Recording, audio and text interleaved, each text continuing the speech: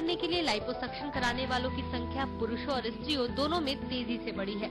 साल 2008 के बाद एकाएक आम लड़कियों में साइज 0 की इच्छा बढ़ी है। यूरोपीय स्टाइल में वजन घटाने के लिए एब्डोमिनोप्लास्टी, आर्म लिफ्ट और लोअर बॉडी लिफ्ट के मामले भी बहुत बड़े हैं। अधिक उम्र के लोगों में हेयर ट्रांसप्लांट और फेस लिफ्ट के केस ज्यादा दिख रहे हैं। शादी से पहले लड़कियों में ब्रेस्ट इम्प्लांट सर्जरी, लाइपोसक्शन, पुरुषों में large male breast reduction surgery, rhinoplasty के मामले भी वर्ष 2009 में काफी दिखाई देने लगे हैं। नॉन सर्जिकल मामलों में आमतौर पर शादी से पहले ज्यादा पसीना आने की समस्या के कारण लड़के और लड़कियों में लेजर हेयर रिमूवल और बोटॉक्स का क्रेज काफी बड़ा है। भारत में पिछले 3 सालों में सबसे ज्यादा लोकप्रिय कॉस्मेटिक प्रक्रिया बोटॉक्स है। ये 30 से 35 वर्ष की आयु के लोगों में ज्यादा प्रचलित है।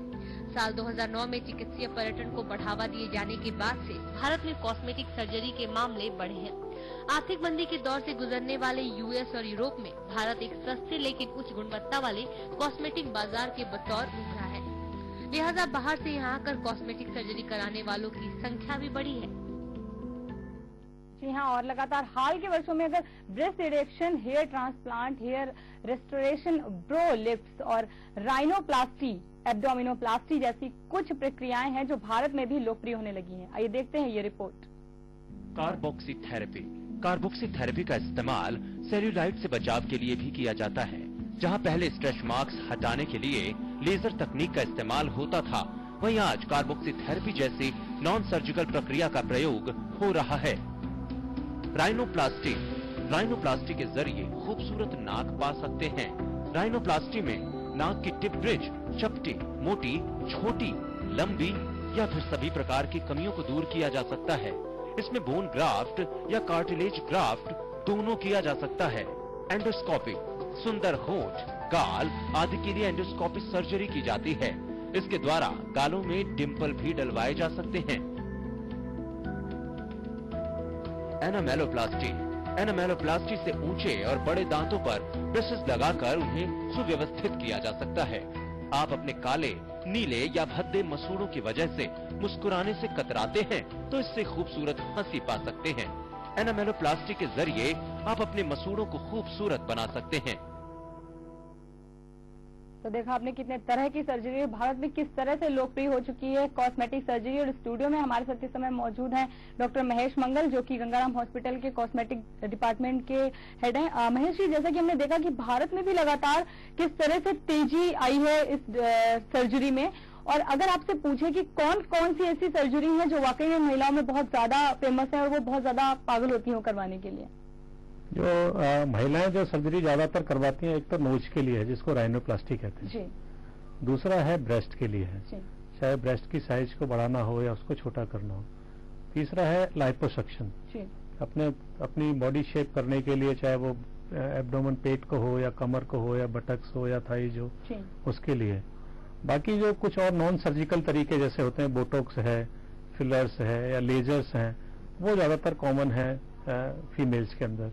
और जैसा कि हमने भी रिपोर्ट में देखा कि यूएस के लोग भी अब ज्यादातर भारत में ही आकर के इस तरह की सर्जरी कराना पसंद करते हैं। उन्हें लगता है कि ये बहुत ही सस्ता और आसान है उनके लिए, क्योंकि यूएस में सर्जरी बहुत महंगी है तो हर कोई वहाँ अफोर्ड नहीं कर पाता है।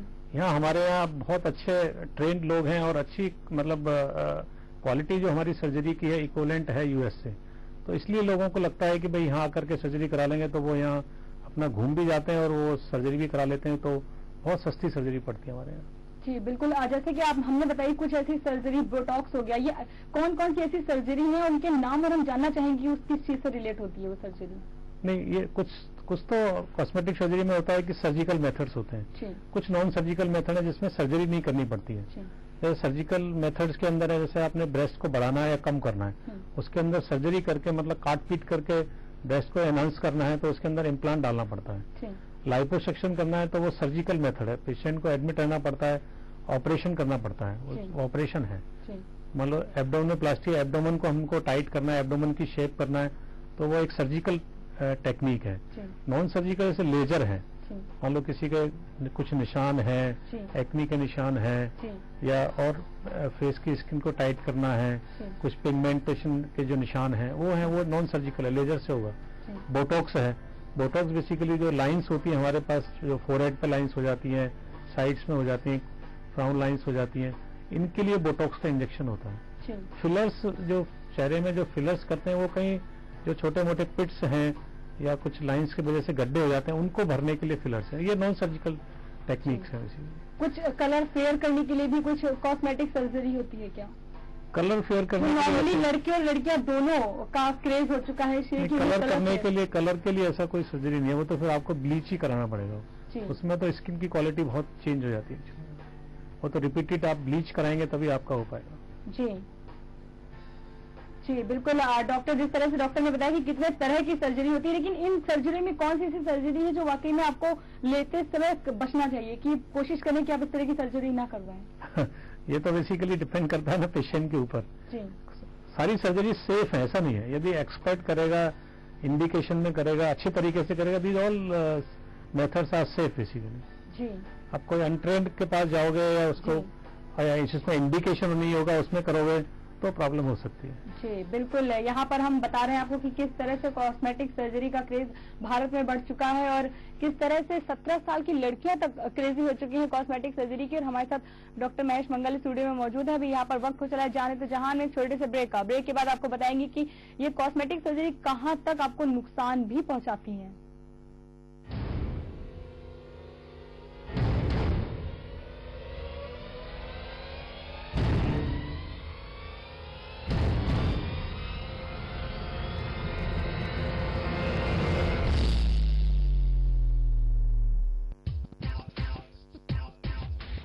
एक लाइफ है इसे यूं न गवाओ, जिंदगी के गाड़ी को जोश से चलाओ, जी भर के जी लो बस दिन दो चार, बाकी सब छोड़ो थोड़ा जोश दिखाओ यार। हर बार जोश से कहो।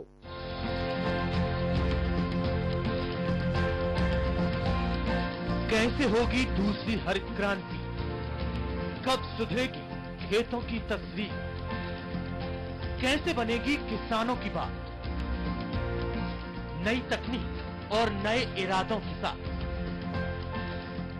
हम देंगे हर सवाल का जवाब अपने कार्यक्रम कृषि समाधान में।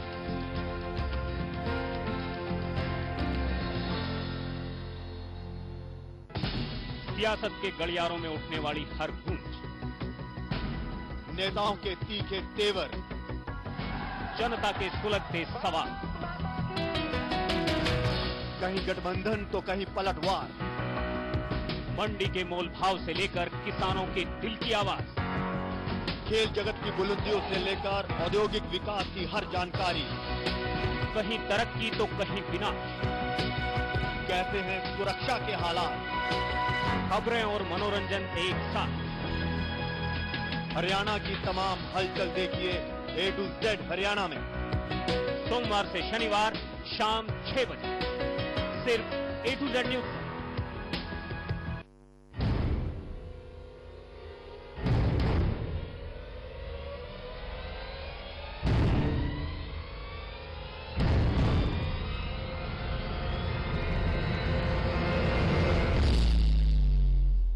ब्रेक के बाद एक बार फिर से आपका स्वागत है जान है तो जहान में। और कॉस्मेटिक सर्जरी अपाया स्थितियों में भी कराई जानी चाहिए, क्योंकि किसी दिखावे या खूबसूरती के लिए नहीं होनी चाहिए। और ये आपको हमेशा पता होना चाहिए कि जो भी आप चाहते हैं उसका नतीजा क्या होगा। कई बार लोग हद से ज्यादा चाहते हैं, वो ऐसी मांग करते हैं जो सर्जरी के द्वारा भी पॉसिबल नहीं है। तो आइए आपको दिखाते हैं इससे क्या कुछ साइड इफेक्ट भी हो सकते हैं।